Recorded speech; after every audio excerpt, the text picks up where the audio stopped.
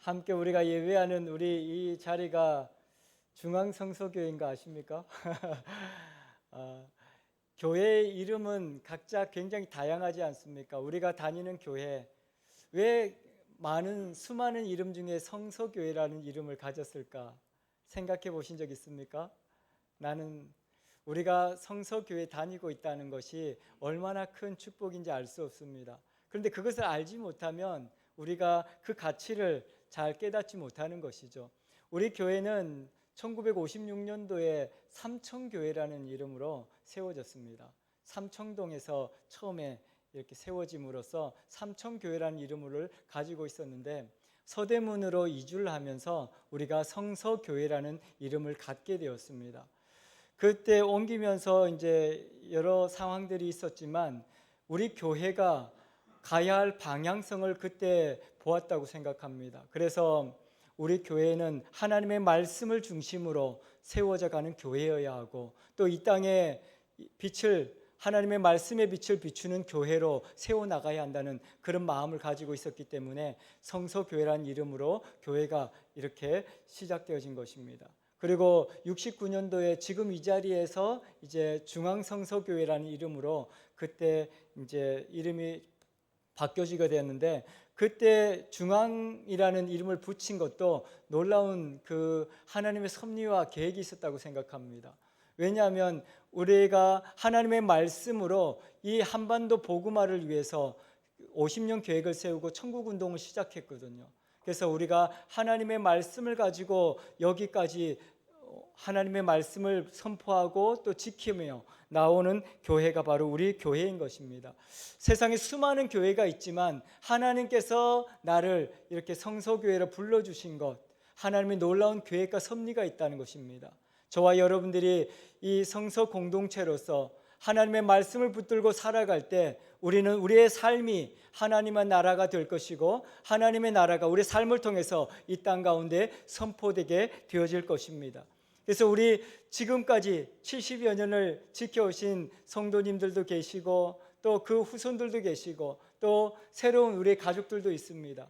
이 모든 이 성서 공동체, 우리 성도 한 사람 한 사람을 하나님께서는 다 뜻이 있어서 우리에게 이 교회로 불러주시고 또 하나님의 말씀을 들을 수 있도록 축복하신 것입니다. 그래서 우리 교회 모든 성도님들을 축복하고, 또 일평생 이 하나님의 말씀을 지켜나가는 저와 여러분들의 삶 가운데 하나님의 나라가 이루어지기를 소망합니다. 모든 시대에 교회는 세상의 빛이어야 하고 희망이어야 합니다. 하나님께서 이 교회의 빛을 비추기 위하여 예수 그리스도께서 이 땅에 오셨고, 예수 그리스도가 곧 말씀이고 빛이라고 말씀하셨습니다. 그래서 어둠을 가지고 있는, 또 고통 가운데 있는 모든 성도들에게 예수 그리스도가 희망이고 교회가 빛이고 희망이었습니다. 초대교회가 그 삶을 살아왔죠. 그런데 그 초대교회의 상황은 사실은 그렇게 쉽지 않은 시대였습니다. 로마의 핍박과 압제가 있는 시대였기 때문에 신앙을 지킨다는 것, 말씀을 가지고 있다는 것은 굉장한 두려움이었습니다. 그럼에도 불구하고 사람들은 그 말씀을 목숨과 같이 지켜나왔던 것이죠. 그렇게 하나님의 말씀으로 그들은 살아내고자 그 로마의 군인들의 그 핍박을 피해서 어떤 이들은 땅을 파고 땅굴로 들어가는 이들도 있었고, 또 산골짜기에 들어가서 또 산 높은 곳에 굴을 파고 이 예배를 드리는 사람도 있었습니다. 그렇게 어려운 상황 가운데서도 하나님의 말씀을 지키고 그 말씀으로 살아내기 위해서 수없이 많은 사람들이 힘을 내고 그렇게 살아왔던 것입니다. 그런데 세계 역사를 바꾸는 놀라운 일이 생겼습니다. 313년에 밀라노에서 칙령이 발표가 됐는데, 콘스탄테 1세가 이 놀라운 칙령을 발표하게 되는데, 이제는 종교의 자유를 주겠다, 그리고 기독교를 로마의 국교로 승인하겠다라는 것이었습니다. 이 엄청난 축복이지 않습니까? 땅속에서 그 복음을 지키기 위해서, 말씀을 지키기 위해서, 예배하기 위해서 목숨 걸고 있는 사람들에게는 정말 기적과 같은 일이었습니다. 그래서 그 밀라노에서 칙령을 발표한 이후에 빼앗겼던 이 크리스천들의 재산도 다시 다 돌려주게 되고, 그렇게 되니까 이 기독교인들이 너무나도 하나님 앞에 감사하면서 축제를 벌였습니다. 하나님 너무 감사합니다. 이렇게 우리에게 마음껏 예배할 수 있고 마음껏 찬양할 수 있고 마음껏 하나님 앞에 그 말씀을 우리가 볼 수 있고 그 말씀으로 살아가게 하시니 너무나도 감사합니다 하면서 이 모든 크리스천들이, 이 기독교인들이 다 밖으로 나와서 예배하고 그렇게 하나님 앞에 영광을 올려드렸죠. 그러한 삶이 얼마나 감사한 삶입니까? 그런데 그것이, 그 놀라운 기적이 이제 매일같이 있는 겁니다. 매일같이. 10년이 지나도 이 핍박하는 사람이 아무도 없습니다. 그리고 점점 더 교회는 강력한 힘을 가지게 되었습니다. 그리고 그 강력한 힘으로 교회는 이제 주변국에 있는 왕들을 임명하는 그런 위치까지 오르게 됐습니다. 그 교황의 권위가 이제는 하나님같이 높아진 것이죠. 그렇게 되니까 교회가 어떻게 되겠습니까? 그 놀라운 기적, 마음껏 예배할 수 있고 마음껏 하나님의 말씀을 볼 수 있는 그 놀라운 기적이 삶이 되니까 그 사람들은 그 놀라운 기적을 감사하지 않았습니다. 그리고 갖게 된 권력으로 더 많은 것을, 우리의 욕심을 채우려고 이제는 교회는 사람들을 이용하기 시작했습니다. 313년에 교회가 로마의 국교로 공인이 되어지고 이제 500~600년이 지났을 때, 800년, 900년이 됐을 때 교회는 전혀 다른 모습으로 바뀌어졌습니다. 하나님의 말씀이 교회의 중심에 있는 것이 아니라 이제는 교황의 권위가 그 중심에 있고 그 권력이 사람들을 다 통제하는 수단으로 사용되어졌습니다. 교회는 이제 사람들에게 고통을 주는 그런 곳으로 전락하게 되었죠. 그럼에도 살아내기 위해서는 어떻게 해야 합니까? 교회에서 요구하는 것, 교회에서 원하는 것을 해야 했죠. 아무도 그 교회의 말을 듣지 않으면 예배도 드릴 수 없고 살아갈 수가 없으니까. 그렇게 교회 앞에서 사람들은 비굴하게 이제 교회에 무엇을 말하는지, 그 교황이 무엇을 지시하는지에 귀를 기울이기 시작했습니다. 그런데 그 당시에 이제 교회는 돈이 많이 필요했습니다. 그래서 생각해낸 게 사람들에게 돈을 내게 해야겠다. 그래서 생각해낸 게 죄를 면제해주는 면제 그 문서를 만들기를 작정했습니다.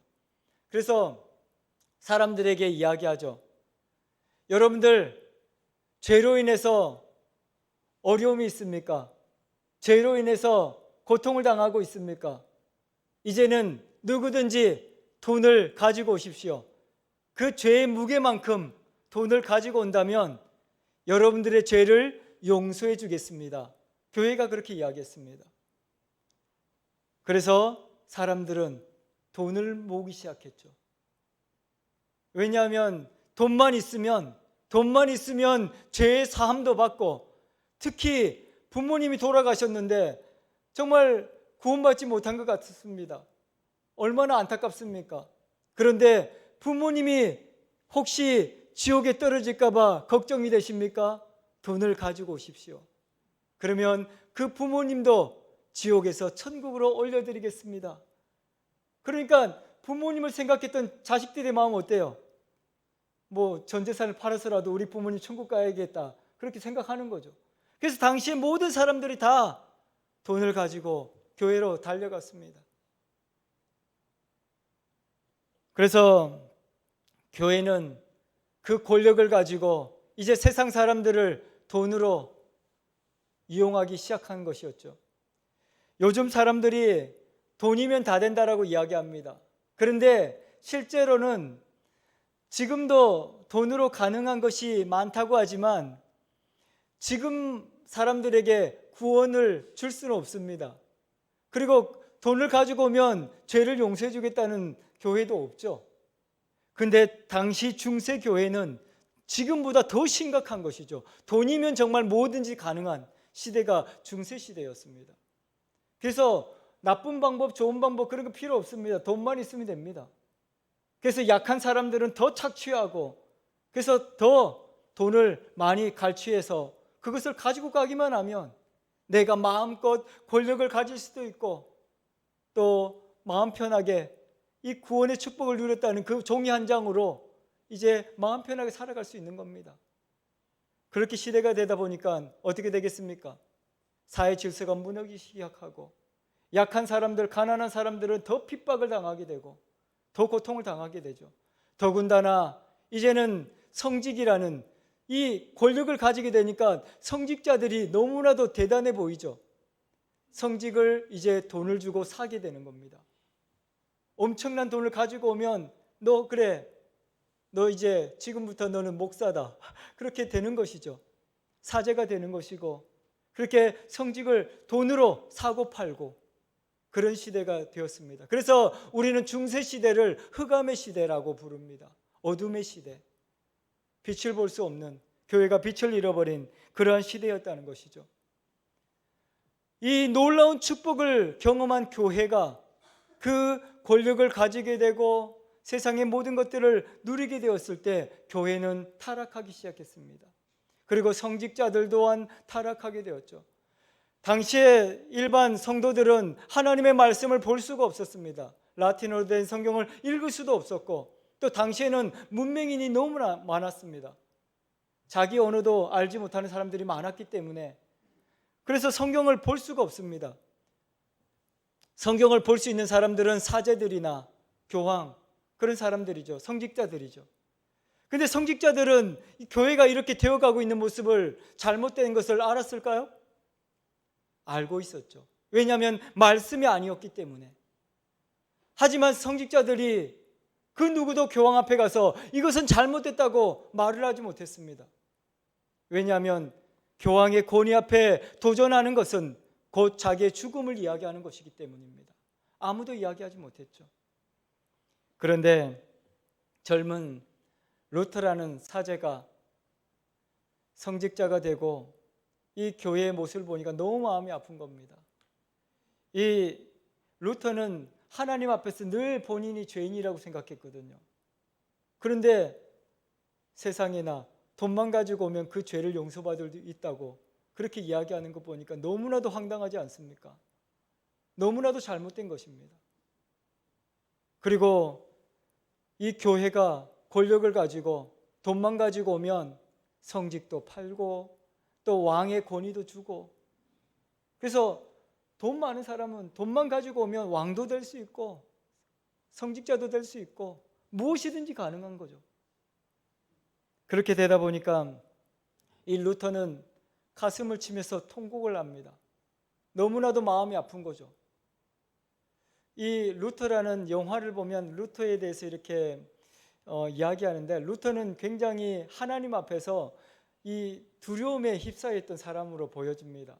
그래서 천둥만 치더라도 이 번개만 치더라도 막 불안해서 어떻게 할 줄 몰랐습니다. 하나님 나를 불쌍히 여기달라고 용서해달라고 그렇게 하나님 앞에서 스스로를 늘 돌아보는 사람이었는데 이 잘못되어진 빛을 잃어버린 말씀이 없는 이 교회가 너무나도 안타까운 겁니다.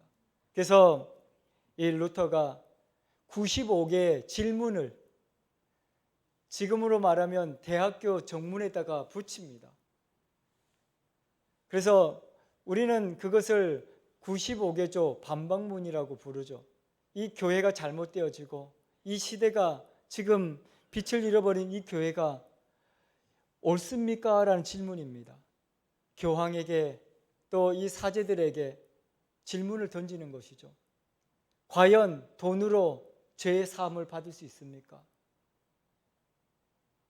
여러분들 어떻습니까? 돈으로 죄 사함을 받을 수 있습니까? 없습니다. 돈으로 우리 부모님을 천국으로 보낼 수 있습니까? 없습니다. 그래서 95개 조항을 보면 그렇게 쓰여지고 있는 것이죠. 면죄부를 팔고 그 면죄부가 죄를 용서한다는 것이 가능한 일입니까? 그리고 그것으로 사람을 구원할 수 있다는 게 말이 됩니까? 교황의 권위가 어떻게 이 세상의 권력을 좌우지하고 그렇게 마음대로 할 수 있습니까? 어떻게 성직자가 돈으로 성직을 얻을 수가 있습니까?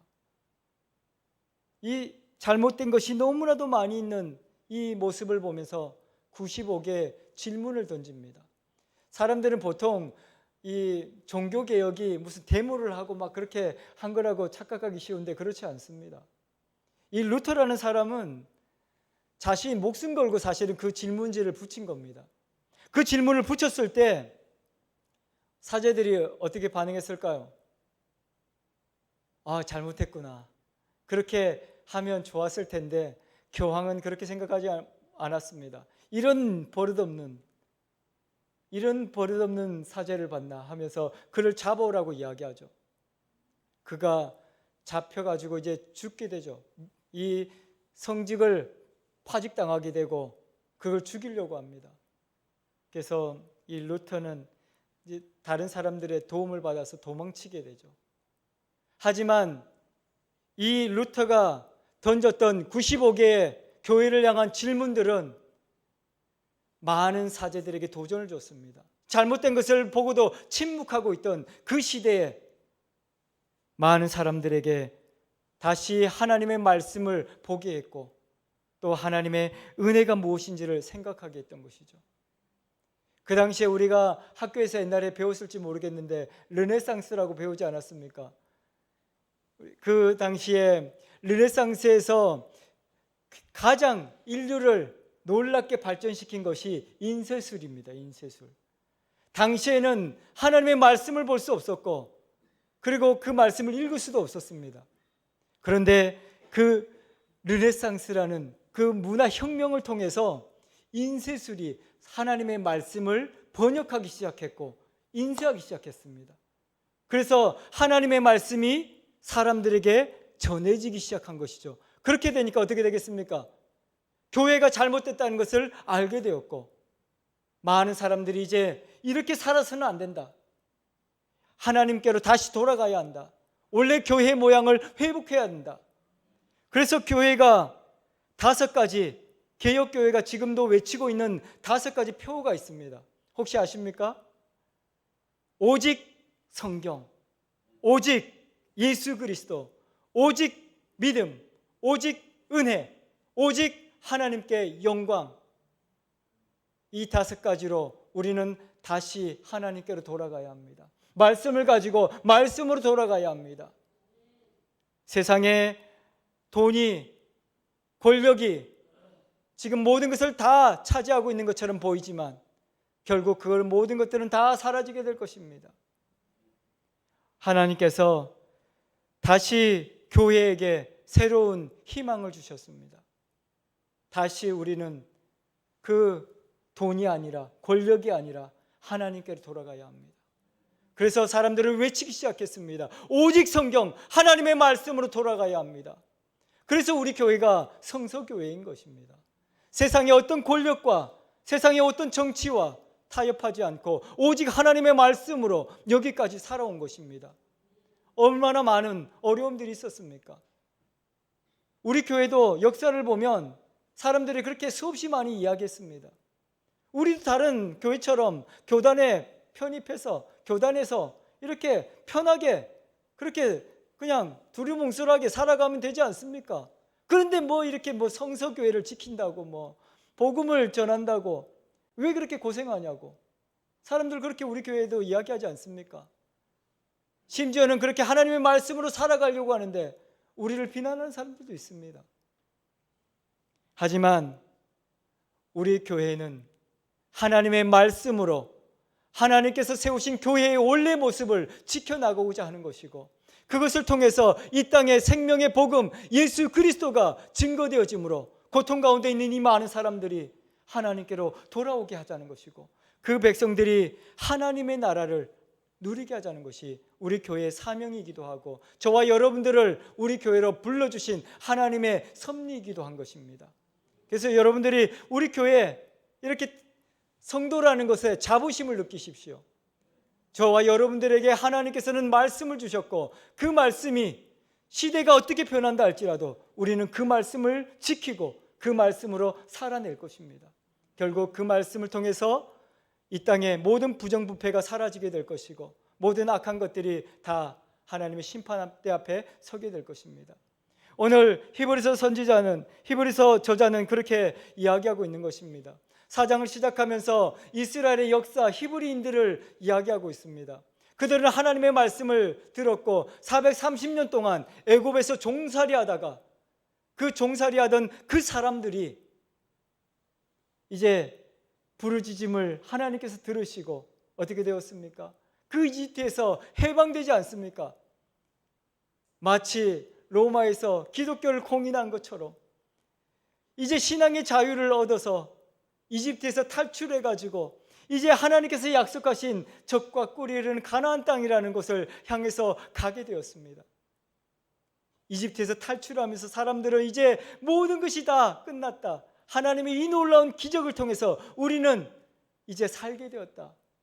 그래서 그들은 춤을 추면서 노래를 부르면서 그 광야의 길을 걸어가게 되었습니다. 그런데 얼마 되지 않아서 뒤에서 천둥 소리처럼 이집트의 전차 부대가 이 사람들을 다시 잡아가려고 쫓아오는 게 보이지 않습니까? 그때 사람들 어떻습니까? 그 하나님의 약속을 잊어버렸습니다. 너무나도 무서워서, 너무나도 두려워서 그 하나님의 말씀을 잊어버리고 무서워 떨기 시작하죠. 이제 여기서 다 죽게 되었구나, 다시 잡혀가면 우리는 다 죽게 될 거야. 그러면서 원망하게 됩니다. 근데 하나님께서 어떻게 하십니까? 홍해를 가르지 않습니까? 그리고 걸어가게 하시는 것이죠. 그리고 쫓아오던 그 애굽의 군대가 다 홍해에서 수장되어서 죽게 되는 기적을 보게 되죠. 또 사람들은 춤을 추면서 노래하기 시작합니다. 역시 하나님은 기적의 하나님이시다. 그러면서 그들은 또 길을 가죠. 하지만 3일 정도 지났을 때 사람들은 또 불평하기 시작합니다. 왜 그랬을까요? 놀라운 기적을 경험하고 이 정말 상상할 수 없는 일이지 않습니까? 근데 3일, 뭐 길기도 안 갔습니다. 3일 지나니까 광야라는 게 어떤 곳입니까? 물이 없죠. 먹을 것이 없고 그곳에서 또 불평하기 시작하죠. 또 원망하기 시작하죠. 물이 없습니다. 죽을 것 같습니다. 그때 하나님은 물을 주시지 않습니까? 놀라운 기적을 보여주시죠.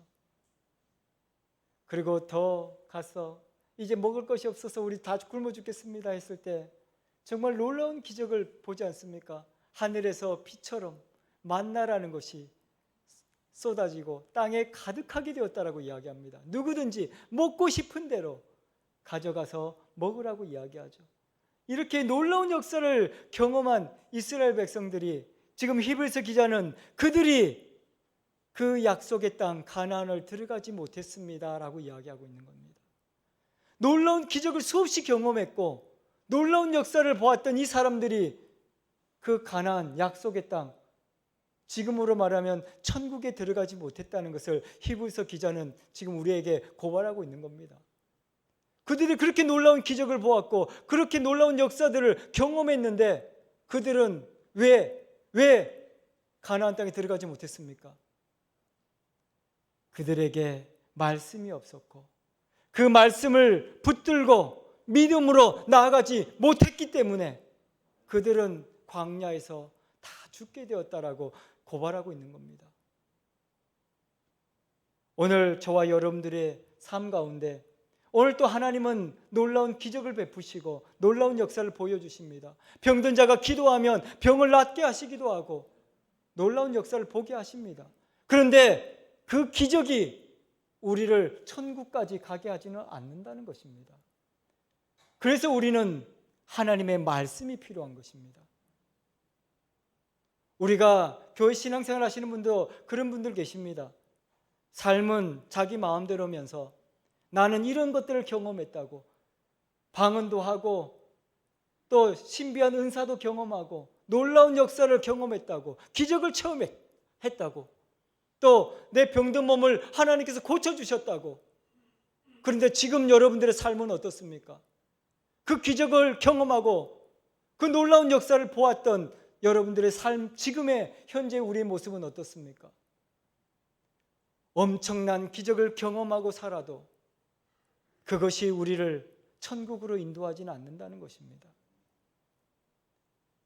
그래서 예수님께서는 이 백성들이 기적을 원하고 놀라운 역사를 원하지만 정말 하나님을 원해야 하는데, 하나님을 기대하고 하나님 앞에 하나님의 말씀으로 살아내야 하는데 말씀은 없고 기적만을 원하고 있구나, 안타까워하시는 것이죠. 오늘 저와 여러분들이 하나님의 말씀으로 돌아가게 되기를 축원합니다.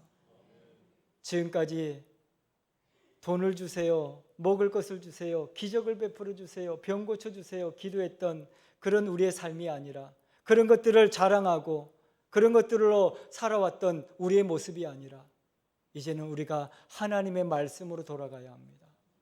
그 말씀이 우리를 구원하시고 그 말씀이 우리를 천국으로 인도하실 것입니다. 그래서 하나님께서는 오늘 그 말씀으로 우리가 살아내야 한다라고 지금 말하고 있는 것입니다. 사람들은 돈을 가지면 다 할 수 있을 거라고 생각했습니다. 그래서 교회가 하나님의 말씀보다는 돈이 필요했고, 그렇게 되다 보니까 돈을 원하는, 그래서 일부 교회들은 돈을 많이 내면 직분도 주고 돈을 많이 내면 교회에서 훌륭한 인물로 그렇게 하는 경우도 있습니다. 물론 돈을 헌금하시는 것도 귀한 일입니다. 하지만 그것이 여러분들의 인생을 구원할 수는 없다는 것입니다. 그래서 교회는 돈이 필요하지만 하나님의 말씀이 중심에 있어야 한다는 것입니다. 하나님의 은혜가 아니고서는 우리가 구원받을 수 없기 때문입니다. 그리고 그 말씀을 붙들고 우리는 오늘 또 믿음의 발걸음을 내어디디며 나가야 한다는 것이죠. 오늘 저와 여러분들이 우리 성서교회가 왜 하나님의 말씀이 있는 교회인지, 왜 이름이 성서인지를 다시 한 번 더 생각하시고 말씀으로 살아내시고 말씀으로 이 땅에 생명의 복음을 증거하는 저와 여러분들 되기를 축원합니다.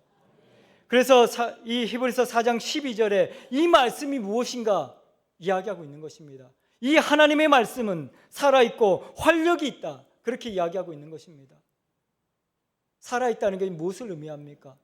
이것은 문자가 아니라는 것입니다. 현재 시제로 지금 하나님의 말씀이 선포되는 이 가운데 하나님의 역사가 일어나고 있다는 것입니다. 여러분들이 어떤 문제를 가지고 기도하고 있습니까? 목사님 기도해 주세요. 그것보다 더 중요한 것이 어려운 일이 있을 때, 위기를 만났을 때 하나님의 말씀을 펴는 것입니다. 그 말씀을 선포하십시오. 기적이 일어납니다. 오늘 이것을 이야기하고 있는 것입니다. 하나님의 말씀은 살아있습니다. 지금도 살아있고 역사되어지고 있는 것입니다. 문자가 아니라, 이 종이에 써있는 글자가 아니라는 것입니다. 이 하나님의 말씀은 지금도 선포되는 이 순간 우리에게 놀라운 일을 행하고 있다는 것을 여러분들에게 말씀하고 있는 것입니다. 그래서 그 말씀이 살아있고 활력이 있어서 좌우의 날선 어떤 것보다도 예리하여 혼과 영과 및 관절과 골수를 찔러 쪼개기까지 하며 또 마음의 생각과 뜻을 판단하신다라고 이야기합니다. 사람들이 요즘에는 굉장히 의술이 발달해가지고 정말 눈에 보이지 않는 그 힘줄까지, 신경까지도 연결하는 시대가 됐습니다. 그런데 그 세포를 어떻게 하지는 못하죠. 근데 하나님의 말씀은 우리를 세포 하나하나까지를 찔러 쪼개시고 수술하셔서 새로운 피조물로 만들어 주신다고 말씀하시는 것입니다. 하나님의 말씀이 우리 가운데, 저와 여러분들 삶 가운데 선포되어지고 그 말씀이 우리를 새롭게 하시는 놀라운 역사를 경험하게 되기를 축원합니다. 혹시 우리 윤 장로님이 열심히 이렇게 봉사하시는 활동하시는 그 중에 기도원협회라는 게 있습니다. 여러분들 혹시 아십니까? 우리도 가끔 이렇게 기도원협회에서 헌금을 하고 하지 않습니까? 사람들은 이 성경책을 보급하는 일에 대해서 부정적인 사람도 많습니다. 뭐하러 이렇게 돈을 모아가지고 성경책을 뭐 찍어갖고 갖다 주냐고, 공짜로 그것도. 그런데 그 기도협에서 하는 일은 사람들에게 후원을 받고 성경책을 인쇄해가지고 호텔이나 뭐 이렇게 교도소나 학교나 그런 관공서나 이런 큰 시설에 다 비치를 하게 합니다. 그런데 그 성경이 사실 무슨 의미가 있습니까? 그런데 성경을 그 비치만 했을 뿐인데 그것을 펼쳐서 읽는 사람들 가운데 놀라운 역사와 간증이 있습니다. 교도소에서 평생 나쁜 짓만 하다가 그렇게 살아가다가 그 성경책을 펴고 회개하고 새로운 인생을 살아가는 사람들이 있습니다. 그리고 너무나도 힘들어서 생을 마감하려고 여행을 가고 호텔에서 이제 자기 생을 마감하려고 하다가 거기에 놓여있는 그 책을 펼치고 새로운 희망을 가지고 그 책, 하나님의 말씀을 보면서 새로운 인생을 살아가는 간증자들이 있습니다. 저도 중학교 때 기도협에서 주는 책을 받았습니다. 그전에는 뭐 우리 어머니가 성경책을 안 사주시더라고. 그래서 성경책이 초등학교 때는 그냥 교회 가면 성경책이 있으니까 그냥 이렇게 예배 때만 성경 그 책 펴가지고 보고 성경을 읽지 않았습니다. 그런데 중학교 가니까 책을 주더라고요. 성경책을 주더라고요. 근데 그 성경책을 보면서 놀라운 은혜를 경험하게 되었습니다. 사실 제가 목사가 된 것도 중학교 2학년 때 하나님의 은혜를 받고 그 말씀을 통해서 하나님의 사명을, 하나님의 부르심을 경험하게 된 것입니다. 이 말씀은 지금도 살아 역사하고 있는 것입니다. 지금 저와 여러분들의 가정 가운데 말씀을 선포하십시오. 어려움이 있습니까? 아픔이 있습니까? 말씀이 선포되면 기적이 일어납니다. 그 말씀으로 우리는 살아내게 되고 그 말씀이 결국은 우리로 하여금 하나님의 나라를 살게 하는 것이고 그것이 우리의 놀라운 인생을 새롭게 변화시켜주는 능력이 된다라고 말씀하고 있는 것입니다. 그리고 그 말씀이 이제 우리가 아무리 감추려고 하고 숨기려고 하고 그래도 다 하나님 앞에 그 말씀으로 인해서 드러나게 되고 우리는 하나님 앞에 굴복할 수밖에 없는 우리 자신을 보게 된다. 그렇게 말씀하고 있는 것입니다. 그래서 히브리서 4장 13절에 지으신 것이 하나도 그 앞에 나타나지 않음이 없고 우리의 결산을 받으실 이의 눈앞에 만물이 벌거벗겨진 것 같이 드러나게 될 것이다. 사람들은 겉으로 치장하고요. 그러면 그 속에 뭐가 있는지 우리는 알 수 없습니다. 하나님의 말씀이 선포되어지면 모든 것이 다 드러나게 되는 것입니다. 그래서 우리 스스로에게도 말씀이 선포되어져야 하는 것이고 그 말씀이 우리 속에 있는 그 죄악과 교만과 미움을 드러내게 하시고 회개하게 하시고 하나님께서 십자가의 보혈로 고치시고 회복하셔서 새로운 피조물로 우리를 세워주시는 것입니다. 오늘 저와 여러분들이 우리 성서교회의 정체성을 발견하고 하나님의 말씀으로 돌아가서 그 말씀이 우리의 삶이 되어지고 그 말씀을 통해서 우리 모든 성도님들이 새로운 피조물로 하나님의 놀라운 역사를 드러내는 주인공이 되기를 간절히 축원합니다. 기도하겠습니다.